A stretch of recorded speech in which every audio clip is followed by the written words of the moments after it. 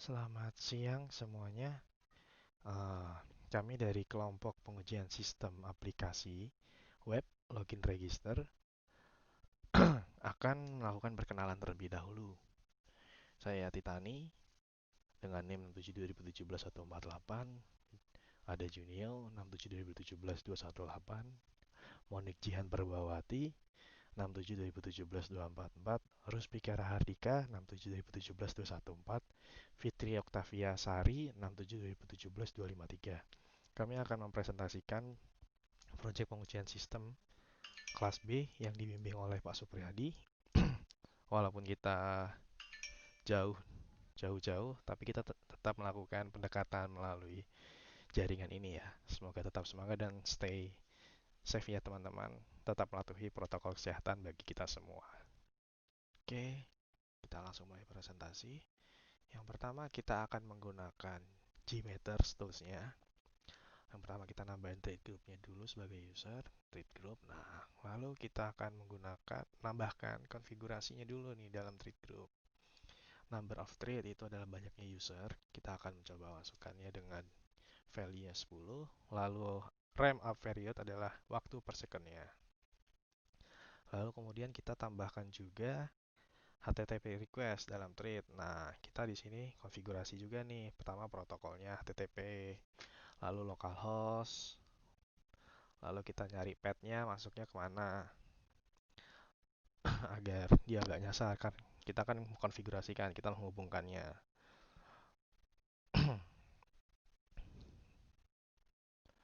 Sesuai dengan nama path-nya. Lalu kita akan masukkan port number-nya ya. Karena port number kita localhost, kita masukin angka 80. Lalu kita menambahkan hasil reviewnya dengan table dalam trade group. Lalu kita cek tuh. Nah, hasilnya adalah berhasil semua, hijau. Nah, lalu kemudian berarti kan kalau udah berhasil kan berarti udah nggak ada gagal kan, namanya juga berhasil. Lalu kemudian kita tambahin juga duration assertion itu memberikan perbandingan dengan view result in table. Nah, satu lagi kesimpulan karena ini kita menggunakan localhost, tentu saja webnya itu menjadi cepat begitu. Kecuali kita menggunakan web yang sudah dengan domain atau sudah menggunakan server, nah kita harus cari tahu dulu seperti itu. Apakah webnya cepat atau lambat gitu. Terima kasih. Itu dari saya. Mungkin selanjutnya akan dibahas oleh Mas Dika. Nama saya Ruspika Rahardika, NIM 672017-214. Di sini saya akan menjelaskan dan mengimplementasikan tentang functionality testing dan error guessing test. Yang pertama saya akan memasukkan alamat di tugas tersebut dan berhasil, kemudian klik tombol masuk, berhasil, kembali ke home berhasil, daftar berhasil, halaman masuk, daftar di sini berhasil, login di sini pun juga, halaman masuk juga. Di sini saya akan memasukkan alamat username dengan benar. Tombol masuk pun bekerja juga berhasil. Saya klik logout juga berhasil. Di sini saya akan daftar.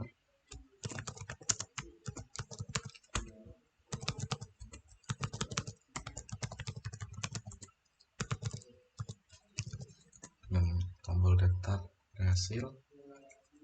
Kemudian saya akan masukkan yang tadi. Dan berhasil. Tombol logout di sini pun juga berhasil. Kemudian saya akan masuk ke dalam error guessing test, di mana di sini dapat lowercase. Di sini kita dapat simbol juga, huruf besar, angka, spasi, huruf besar, huruf kecil, angka, simbol. Berhasil. Di password pun juga sama, semua bekerja. Perbedaan dalam username dan password adalah di dalam password terdapat asterik, di mana asterik untuk alasan keamanan.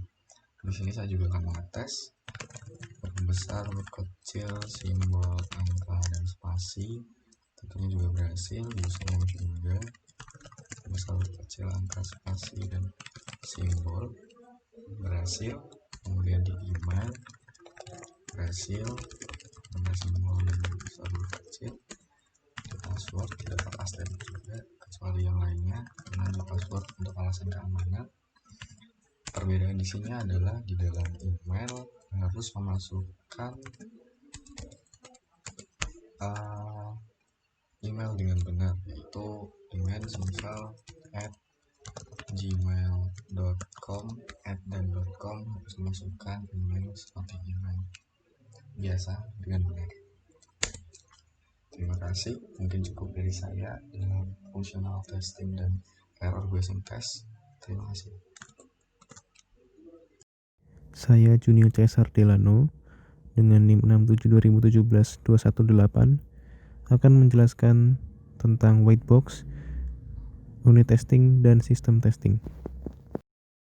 Ini adalah kode program yang kita pakai, yaitu PHP dari login system. Ini kita membuat basic path testingnya dari login system dengan 4 independent path, lalu memiliki 4 region, menghasilkan cyclomatic complexity 4 jika kita hitung dari region, dan 2 rumus yang berbeda namun menghasilkan cyclomatic complexity yang sama. Lalu unit testing kita memakai statement coverage, yaitu di mana rumusnya adalah line yang dieksekusi per total line. Di sini adalah 20 line tereksekusi dengan skenario seperti ini. Lalu menghasilkan 100% statement coverage. Jadi statement tersebut tercover 100%. Lalu ini ada contoh yang ketika skenario seperti ini, passwordnya salah, maka dia dari 20 line hanya 17 line yang dieksekusi, maka statement coverage-nya 85% dari perhitungan seperti ini. Lalu di sini sistem testingnya saya memakai test case memasukkan email dalam username untuk melakukan proses login. Jadi kan kita sebagai contoh seperti ini aja. Kita punya tombol masuk, ini form username atau email. Ini berarti kan bisa memasukkan username ataupun email. Ketika kita masukkan username dengan password, itu masuk. Ketika kita ke database, emailnya adalah ini. Kita copy, coba kita masukkan dengan email. Apakah akun yang sama akan masuk juga? Ternyata sama, berarti berhasil. Penjelasan sistemnya, pengujian sistemnya itu dari sini. Saat kita mengisi form di warna kuning, lalu kita tombol masuk dari form ini, submit, lalu kita mengambil nilai-nilainya di warna hijau, nilai-nilai dari form, lalu dalam select ini adalah mengambil semua data yang dari database. Lalu di dalam database tersebut kan ada kolom username dan email. Nah, username di sini adalah username yang ini, itu adalah form masukan dari inputan masukan dari form. Ketika dia cocok dengan username yang benar ada di database, maka user di sini akan menjadi true. Ataupun ketika emailnya juga cocok dengan yang username di form username yang dimasukkan, maka juga true. Pokoknya salah satu dari sini cocok, itu akan menghasilkan nilai true pada variabel user, sehingga if ini akan dijalankan. Setelah if ini akan dijalankan, password memverifikasi lagi passwordnya. Ketika terverifikasi, maka dia langsung ke halaman utama. Seperti itu. Itu adalah analisis dari sistem set testingnya, dari kode programnya dengan hasil yang seperti ini. Autentikasi login untuk masuk ke halaman utama, langkahnya adalah masukkan email sebagai ganti username di form username.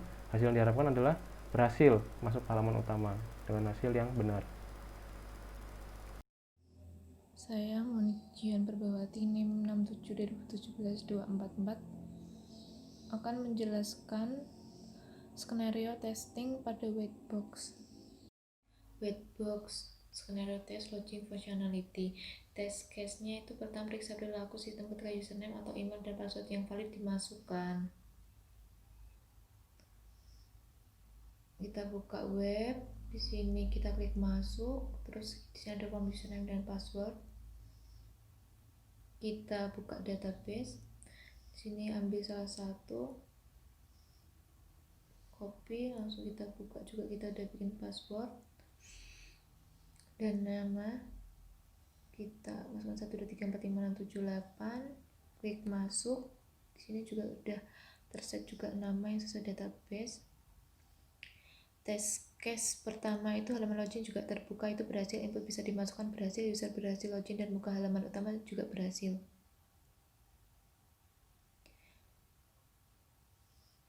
Kita scroll ke bawah. Di sini username dan password menggunakan HTML untuk membuat form. Di sini username dan password untuk mengambil nilai dari form tersebut. SKSTMT untuk membaca, SPARS ini untuk cek username dan database. Jika username true, dia akan melakukan ini. Lalu untuk yang whitebox skenario kedua, perintah pelaku password yang tidak valid dimasukkan. Logout, klik masuk. Kita coba beda, ketika masuk dia juga nggak bisa.